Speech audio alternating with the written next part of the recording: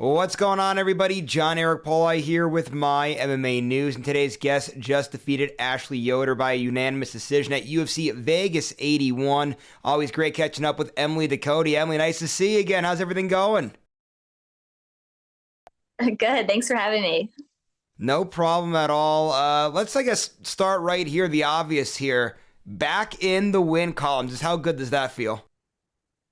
Yeah, I'm so happy to be back in the win column, kind of get back on track and get things where they needed to be so that I can, obviously want to stay in the UFC for a long time. So I've got goals for myself. So now that I'm on track, back in the win column, I can kind of settle down and reset and get my plans going again. I was going to say, was there any sort of like pressure coming into the fight at all? I know usually those beginning UFC contracts are usually like a 4-fight deal. Like you start off 1 and 2, and a lot of fighters do feel a little bit of pressure coming to that 4th fight.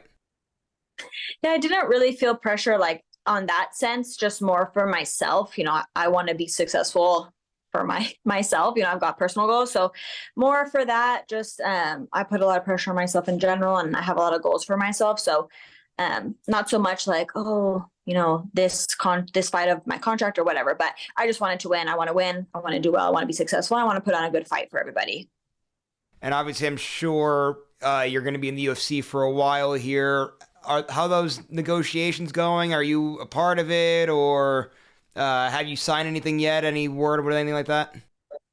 I have a manager and I haven't really bugged him yet. I like to give myself like 2 weeks after a fight before I kind of start talking about fights or anything like that. So I'm hoping that, we're able to get it handled and that I can, sign another contract and be good to go. But I haven't heard anything yet. And, I kind of want to take the rest of the year. There's not that much time to reset and get back to training. I want to do some training trips. So I'm not in a rush to get anything else set, but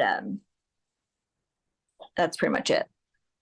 Gotcha. So now let's get into everything about this fight. We'll start with preparation. You had just mentioned about traveling trips and training trips.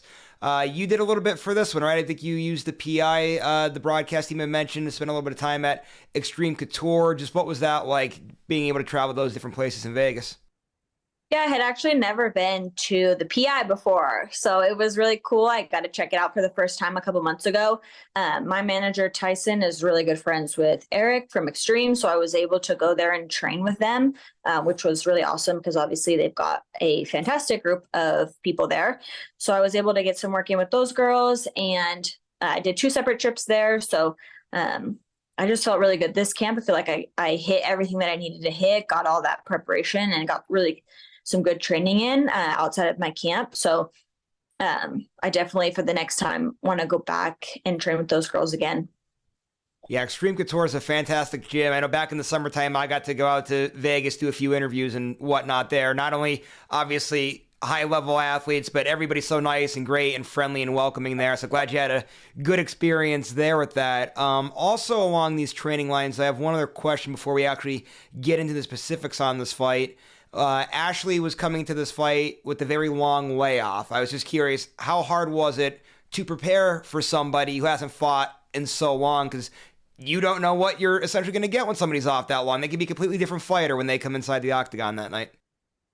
Yeah, all of her fights before that layoff, like her injury layoff, were all pretty consistent, like style-wise. So I knew that she would be better than that. Obviously 2 years is a long time, and she had lost. So I know that she probably was like trying to change some things, and she definitely did come out a little bit more technical and a little bit more aggressive than in the past. But this camp, I wasn't really focused on her. I knew she was going to come out, and I was, prepared for her best self to come out. But it was really more about me and just getting aggressive and just putting the pace on and just hit the gas, no brakes.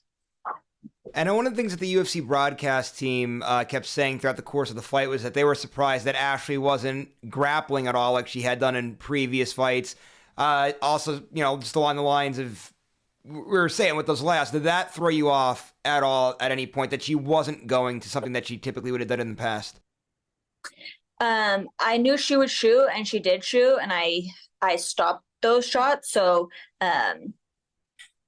I'm not surprised because in her previous fights, when she can't get the takedown, I mean, you have no option other than to strike. So she tried to take down and couldn't do that. So I knew she was going to have to strike. And her striking was a little bit better than I had seen in her past fights. So I knew she had sharpened that up a bit. But yeah.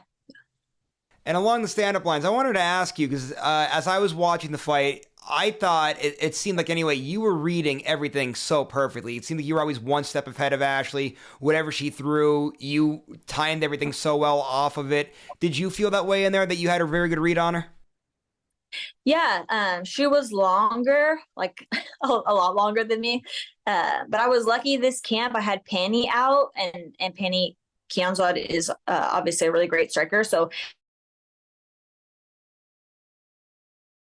I was able to get like a similar length and height in my training camp. And then of course out at Extreme, there's several southpaw long girls. So I feel like I just was able to read it because I had prepared for that type of able to read it, and it's always nice not to take damage. You know, I in some of my fights, I'll get hit, and it's not because I love it, just because, you know, sometimes you have to get hit. But I was able to not take as much damage this time and to inflict a little bit more. So it worked out really well, and I'm happy how it worked out.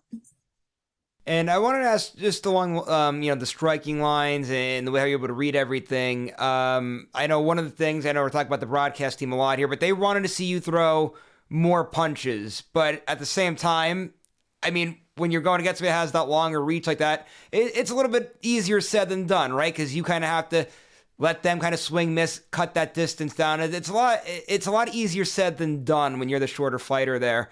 Just wanted you to touch on that end of it. Did you think you would throw? I thought, personally, I thought the way that you fought was perfect. I know the broadcast team, again, like I said, they thought you should throw more punches. Just your thoughts on all that. Yeah, I definitely want to up my volume. That's something on my list of things that, you know, in my fights, I have a pressure and a pace and a volume that I want to throw.